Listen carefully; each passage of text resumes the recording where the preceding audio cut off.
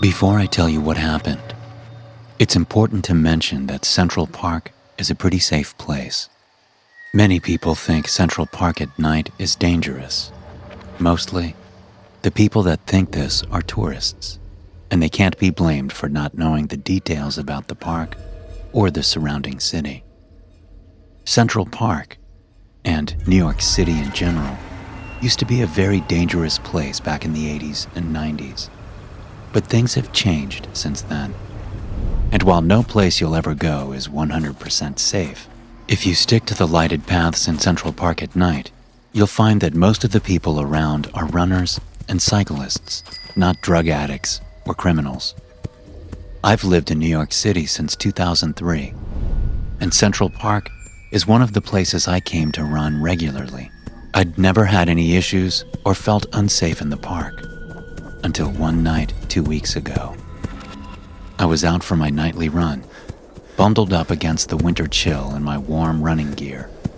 Since it was so cold out, I was one of the few people in the park that night. Only the die-hard exercise freaks come out in freezing temperatures. I manage a restaurant, so it was late by the time I got off work and made it to the park. And before I knew it, 1 o'clock in the morning was creeping up. The park would be closing at 1, and I'd lost track of time. So I decided to break my cardinal rule and take an unlighted shortcut back to West 77th Street, from where I could get home quickly. Cutting off the main running path and onto a smaller path through some woods, I checked all around for people, not seeing any. Granted, it was dark on the path ahead, but I was confident that I would see someone if they were lurking in the dark. I came to the Oak Bridge and slowed down to catch my breath as I started to walk across. Here, out in the open, the clear winter sky provided a sickly illumination. I noticed movement on the other side of the bridge, seeing a man about my size coming toward me. We were wearing similar exercise clothes, and we both slowed for a moment on our respective sides of the bridge, looking warily at each other. There was no one else around, and I just figured this guy for another runner like me, so I kept on going. I kept my eyes up, but not fixed on the man.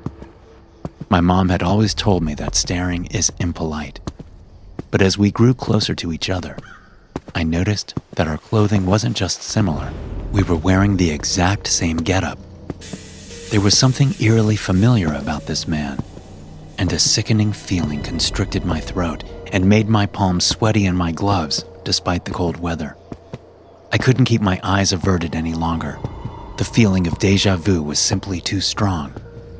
And when we were about 20 feet away on the bridge, I glanced at the man's face, and I froze. My mouth opened and closed, my brain trying and failing to give me a reason for what I was looking at. The man had my face. He looked back at me with eyes I knew from every mirror I'd ever looked into. But it was more than just my face. He was wearing my clothes. He had the exact same build as me. He even walked like me. Whereas I had stopped on the bridge near the halfway point, the man kept coming. If he was shocked to see someone who looked exactly like him, he didn't show it. He kept his eyes, my eyes, fixed on me as he approached. I leaned against the bridge railing, still trying to say something, anything, that would lessen the shock of the encounter.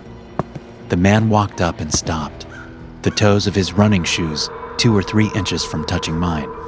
What? I managed, my voice cracking, the effort of speaking pushing smoke like water vapor into the air.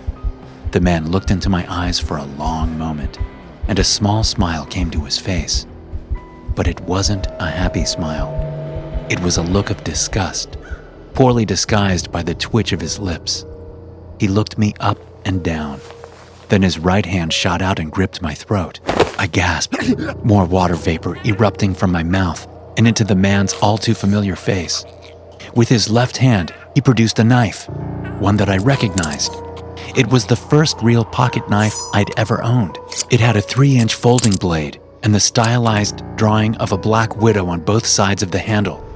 I got it when I was 13 at a truck stop while on a family road trip. It was the very same knife I always carried in my pocket for protection whenever I went on a run. I could feel its weight in my pocket, even as I looked down in shock at the identical knife. The man flipped the knife blade out and then plunged it into my chest, just over my heart. The pain was immense, and I could feel my heart struggling inside my rib cage, thudding irregularly as the knife pierced it. Leaving the knife in my chest, the man turned me, bending me down over the railing of the bridge. I could see our reflections in the water below, but the man's reflection was no longer identical to mine. Instead of my face on his body, there was a bare skull, the eye sockets empty and black, the teeth a permanent grin. The man flipped me into the river, and my own face met that grinning skull as I plunged into the frigid waters of Central Park Lake. As the cold enveloped me, sucking away my breath, I struggled to swim, the knife in my chest, making every movement an exercise in agony. As I sank, I was vaguely aware of a large splash and a shifting of the water around me. Then everything went dark, although the pain stayed with me, even as my consciousness faded away. I awoke in a hospital bed, gripping at my chest for the knife I thought was still there. I touched where the blade had been, but found no bandages, not even a tender spot on the skin. "Babe?" my wife, Jeanette, said from a chair beside my bed, startling me. "It's okay, Anthony. It's just me." "Someone tried to kill me," I said, looking crazily around the room, expecting to see the man, my doppelganger, lurking in the corner. "What?" Jeanette said. "Tony, you had a heart attack on your run. You fell into the lake, but a passing runner saw it happen and risked his life to save you." "No," I said, pulling down the neck of the hospital gown to look down at my chest. "No, he stabbed me." But there was no wound there, no marks at all. "Maybe that's what it felt like, but you weren't stabbed. You had a heart attack, but the doctor says you're going to be okay, although you've got to make some lifestyle changes." My mind reeled. It seemed so real. I could almost still feel the grip he'd had on my throat. It took a while for me to accept that I hadn't actually been stabbed, but that didn't mean that what I experienced didn't really happen. Now, 2 weeks after the incident, I realize what it was. The Grim Reaper doesn't come for you in a dark robe holding a scythe. He comes for you as you. So if you ever see someone that looks just like you, down to the clothes and everything, turn around and run. Run the other way as fast as you can. But I doubt it will help. After all, death waits for us all. And you can never outrun yourself. "Come on," I said to my friend, Sylvan.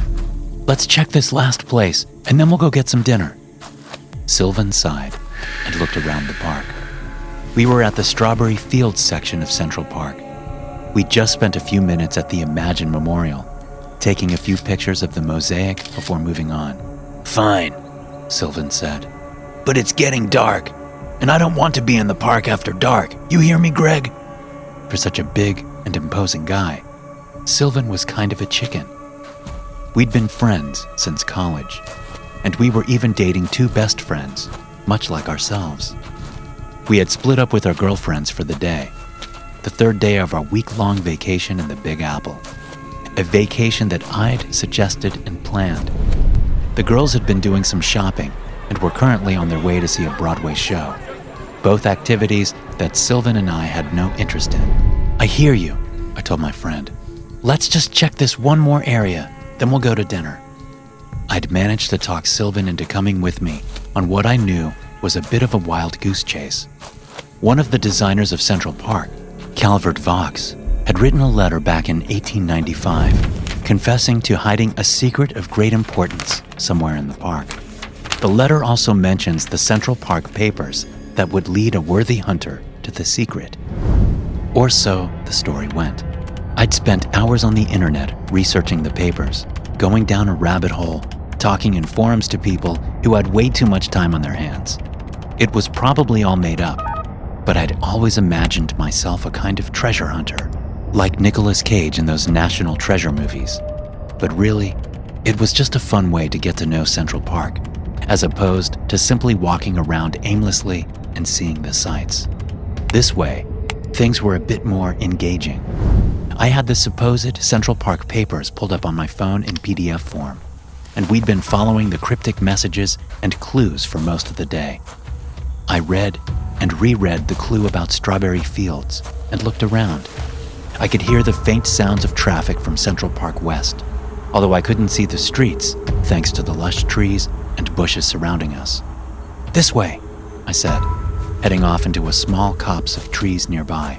"There's not even a trail here, man," Sylvan said as we forced our way into the brush. "I know," I said. "That means we're on the right track."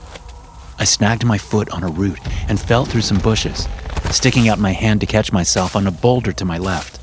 The big shoulder shifted under my hand like it weighed barely anything, and I went down to my knees.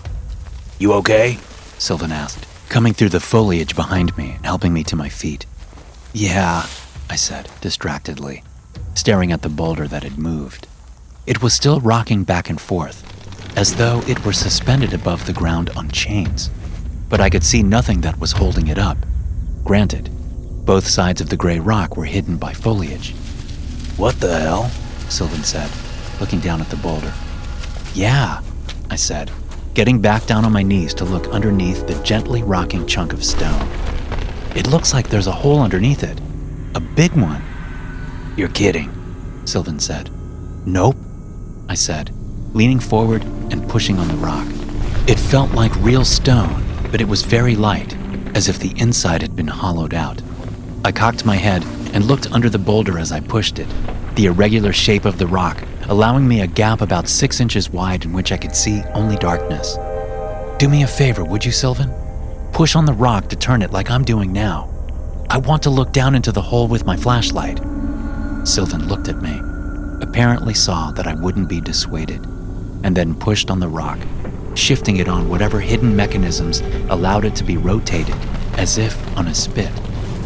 I crawled forward on my stomach and shined my phone's flashlight into the hole, seeing a thin stairway carved into the bedrock. I crawled back and stood up, smiling at Sylvan. "What? What is it?" he asked, letting the false rock settle in its original position. "There are stairs," I said. "Aw, hell no. No way. I'm not going down some creepy stairs. Besides, we can't even fit down there." "Yes, we can," I said. "Look at how the rock is shaped.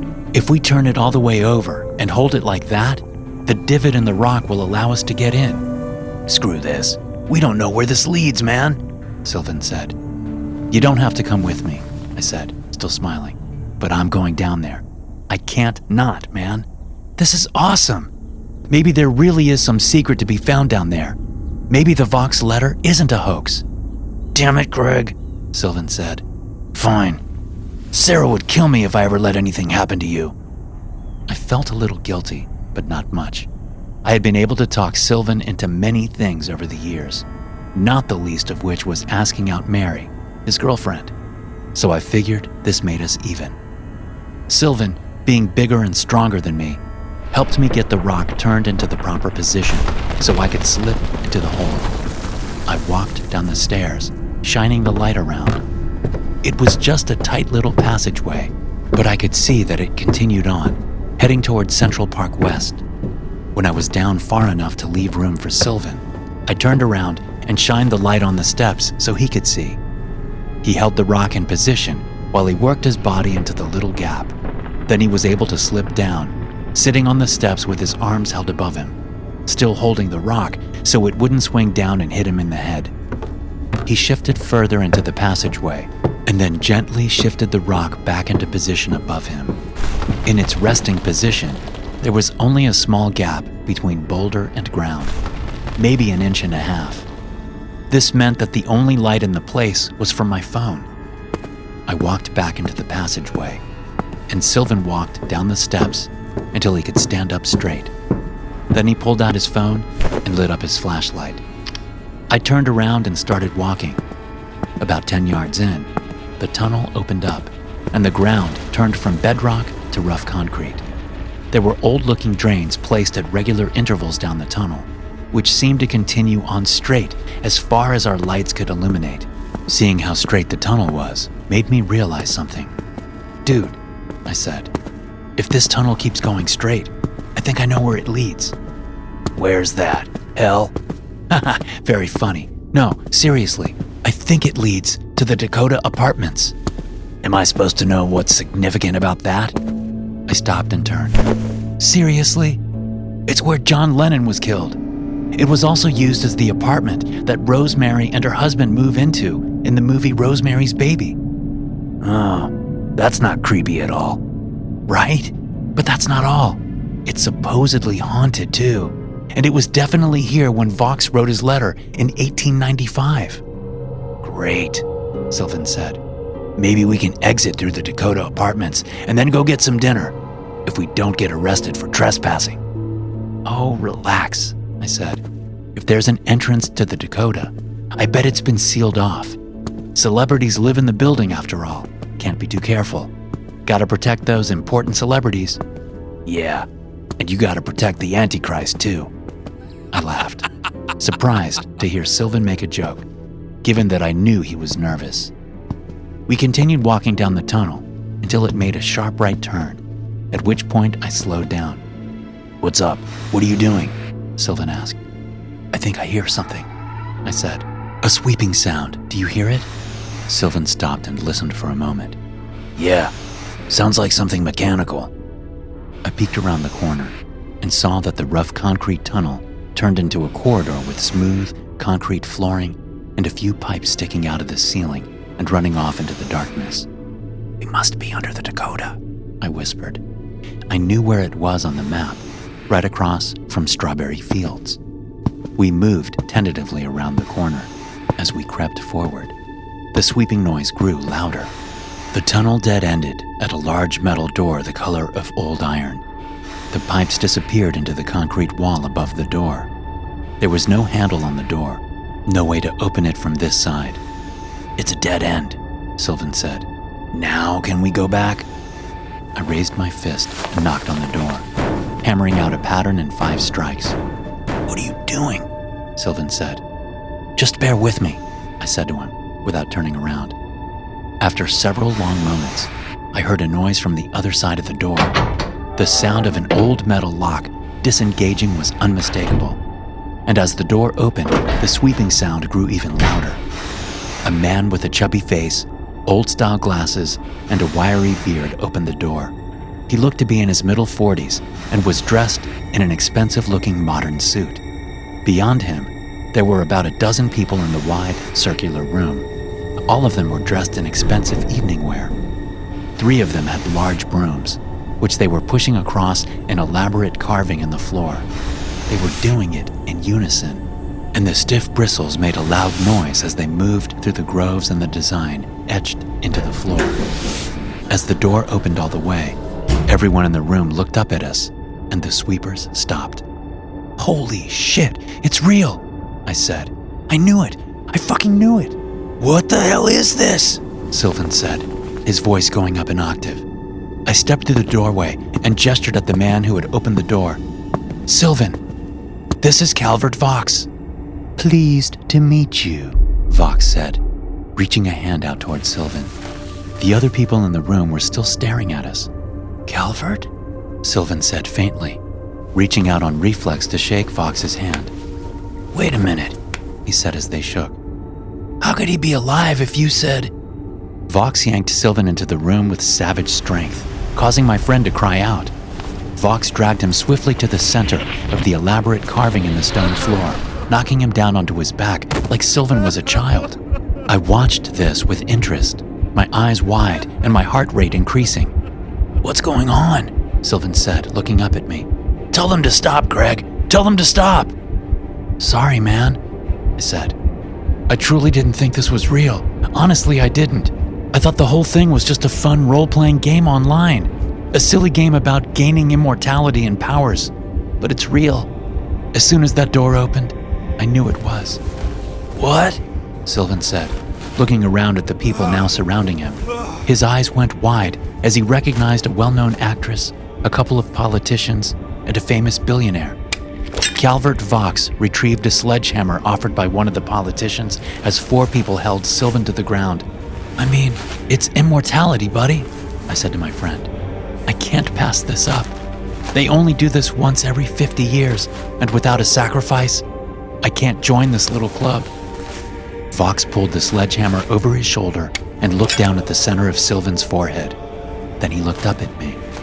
I repeated the words I'd been told to memorize, although I had no idea what they meant. The others in the room, all except Vaux and Sylvan, joined in. Sylvan screamed and struggled, but the people were just too strong for him. He could barely move at all. And on the last line of the incantation, Vaux swung the hammer down. I looked away as it met its mark, but there was nothing I could do about the gruesome cracking sound of the hammer hitting my friend's skull. The power poured into me, and I felt alive for the first time ever. I arrive in New York City on a bus. Walking through the Port Authority bus terminal, I glance around at the surroundings, walking to find an exit. The terminal is a large sprawl, a mixture of sleek modern architecture and utilitarian design. People rush all around me, surrounded by the muted colors of the terminal, living lives that, from the outside, seem better than mine in every way possible. I only carry one bag, but the most important possession on my person is a small .22 Ruger pistol that I stole from my father's closet.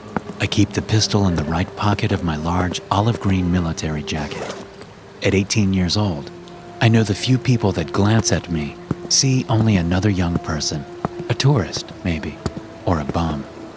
Back in Iowa, I'd watched movies set in New York City. I'd read articles, watched interviews, and stayed apprised of news reports from the bustling metropolis. When I finally made the decision to come here, spending almost every penny I'd saved on the bus ticket, my only hope was that I could get lost in the streets. I wanted to become just another face in a crowd until I got to my final destination. Now, as I step outside of the terminal and onto 42nd Street, I'm not disappointed. The impersonal nature of this city is unmistakable, and the people walking past me only see an object to dodge so they can be on their way, unimpeded by such an inconvenience as another person in their path. I pull up a map on my phone and orient myself. I see that Central Park is about 17 blocks away, so I start walking. I take a left on 8th Avenue and let my feet carry me, my backpack secured on my shoulders and the gun in my pocket bouncing gently off my hip with every step. As I walk, I think about putting the Ruger's barrel in my mouth, or maybe I'll just put it in my temple. I've heard that it's possible to survive when shooting yourself through the mouth, but the temple is pretty much a sure thing. And with a .22, the bullet should bounce around inside my skull, destroying my brain. I smile at the thought, but it's a forced smile. Deep down I know that, and I realize that I'm grimacing, so I let my face go slack. After a while, I look up from the sidewalk and see trees beyond a roundabout ahead. It must be the park. I make it across 59th Street and find a path into the park. There are plenty of people out on this early spring day. I see a little boy and a little girl playing, chasing each other on the grass and screaming delightedly. 2 adults sit on a bench nearby, chatting. They glance up at the kids occasionally. What if a little kid finds my body? I think. It would traumatize them for life. This thought terrifies me, and I stop walking. People weave around me. The image of that little girl stumbling across my dead body fills me with dread. So that's why we're going to the cave. A silky, snake-like version of my inner voice says, that was always the plan. It still is the plan. Go to the ramble, find the sealed-off cave, and put a bullet in my head. I force myself to walk again, trying to ignore the happy screams of the children. I look at the map on my phone, zooming in on Central Park. The ramble isn't too far ahead, so I keep going. I know that the cave I'm looking for was sealed off in the early 20th century after a few people committed suicide there. Some even call it the Suicide Cave. It was also a place where robberies and sexual harassment were common, but I don't think of those things. I'm here. I made it to New York City and to Central Park. Now I'm going to do what I came here to do. My legs are getting tired as I make it to the Bow Bridge, passing a young couple kissing as I cross it. I put my head down, grumbling at the public display of affection. More walking brings me near the Suicide Cave, and it takes some wandering around to find the semi-hidden path down. I have to climb over a railing near a boulder and push through some tree branches to uncover the old stone steps. Going down the steps, I see the old brick wall where the cave entrance used to be. The realization that I'm really here brings with it a little ball of excitement. Or is it dread? I duck around a rock overhang and see a little shoreline sandwiched between two big boulders where boats used to be able to park so people could explore the little cave. Hearing a giggle, I turn my head to the left, seeing a couple about my age sitting on a little blanket. I've clearly interrupted their private time. I realize I'll have to wait for them to leave before I kill myself. This thought brings both relief and trepidation. I move out of their line of sight, throwing my backpack down against the bricked-up cave entrance. I lie down and put my head on my pack to wait for these people to leave. It doesn't take long for my eyelids to grow heavy.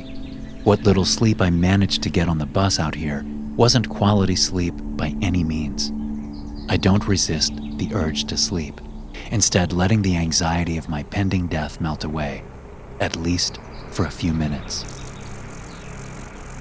Little bugs are falling on my face, squirming around on my cheeks, and trying to get under my closed eyelids. I jolt up, rubbing at my face with both hands, feeling little bug bodies fall away. More of them fall into my head, and I brush them out of my short hair, realizing that they're not bugs at all. It's dirt or grit that's falling on me. I look around, finding that I'm still next to the old bricked-up cave in Central Park. It's dark out now, and there doesn't seem to be anyone around.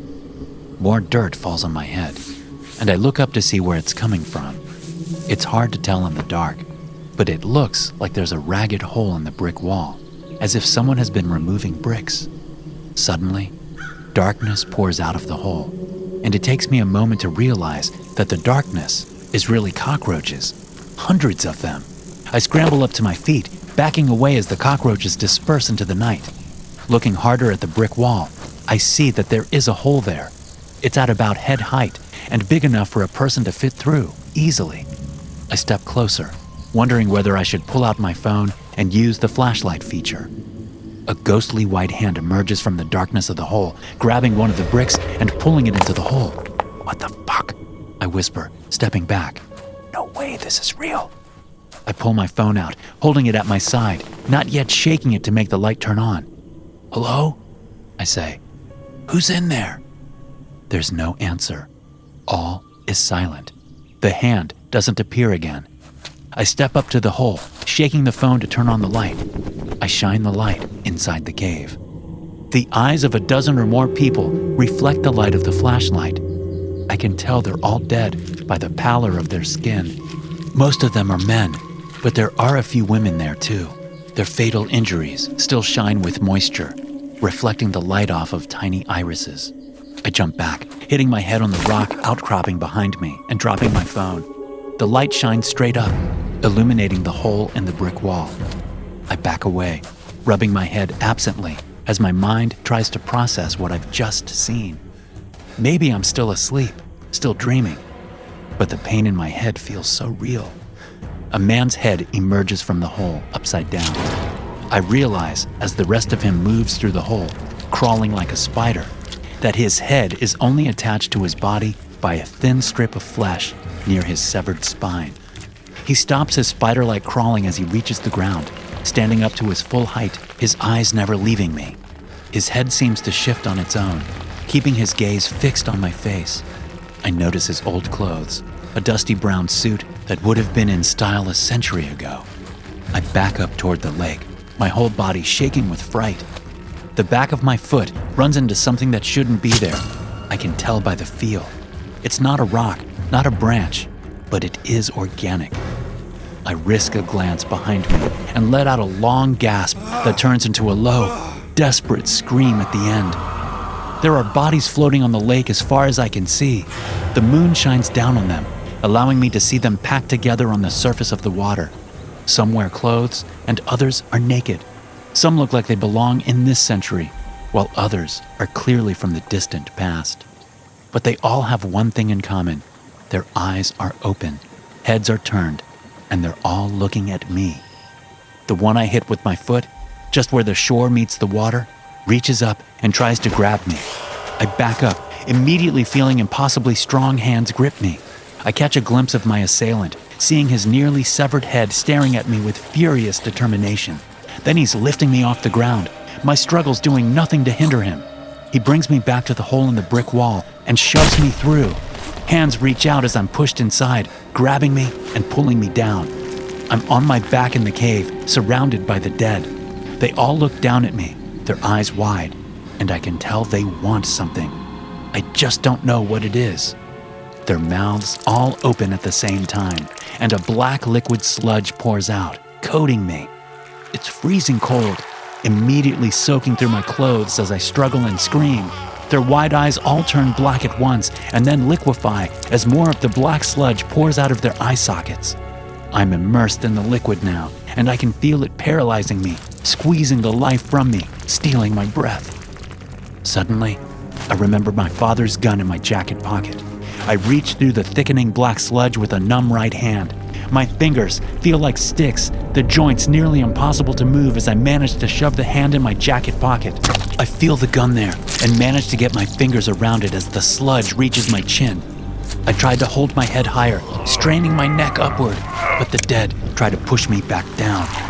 Pulling the gun out of my pocket requires all the strength I have left. The sludge reaches my mouth. The taste of it is somehow everything foul I've ever smelled or tasted, and the absence of taste all at once.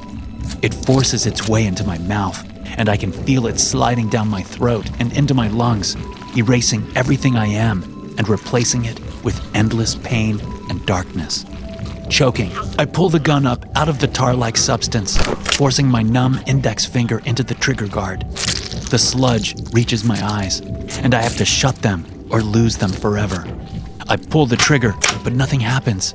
The safety is still engaged. I feel for the safety catch with my thumb as the liquid comes up to my forehead. I can no longer breathe, and the need for air is nearly all I can think about. I feel the click as the catch moves, and I pull the trigger again. The gun fires, and I feel hands release me. I shift the gun and fire again. More hands release me. I fire again and again and again, emptying the clip within only a few seconds. The hands are no longer holding me down, and I manage to get my heavy legs under me. Emerging from the sludge, I take a deep breath before scrambling through the hole in the brick wall and falling out onto the hard ground outside. I snap my head around, expecting more corpses to attack, but I'm alone. I look down at my body, which is slowly regaining feeling. The sludge moves off of me, slithering back through the hole in the brick wall, leaving me dry but shivering. I grab my phone and my backpack and run back up the stone steps, jumping over the railing at the top. I realize I still have the gun in my hand, so I put it back in my pocket while I run. I find a lighted part of Central Park and sneak into some nearby bushes, suddenly exhausted. I don't know what time it is, but I can still hear the occasional runner or cyclist pass by on the path as I fall asleep. It's light outside when I wake up. Morning joggers and walkers are in the park. A woman looks at me strangely as I stumble out of the bushes, reliving last night's events in my mind. Was it just a nightmare? The product of an overactive imagination belonging to a depressed young man? I find my way back to the cave, the morning sunlight giving me the strength to investigate. The hole is no longer there in the brick wall. There are no bodies floating in the lake. Everything looks as it did when I first came down yesterday, minus the young couple. It was just a nightmare, I say, then turn to leave. But I see something strange on the brick wall, where the hole had been. It looks as if the bricks are loose, as though someone broke all the bricks out, but then put them back up without mortar. I push on the bricks with a hand, and they tumble inside the cave. My heart speeds up, but I force myself to look through the hole in the wall. There's nothing in the cave but the fallen bricks and something else. Something shiny. I pull my phone out, shining the flashlight into the dark cave. There are shell casings on the floor of the cave. Shell casings from a .22 pistol. I pull the gun out of my pocket and eject the clip. It's empty. For the first time in a long time, my smile is genuine. I head back up the stone steps and away from the cave. On my way out of the park, I toss the pistol in a trash bin. Thanks for listening. If you enjoy these stories, be sure to subscribe to the podcast and check out some more of my episodes here.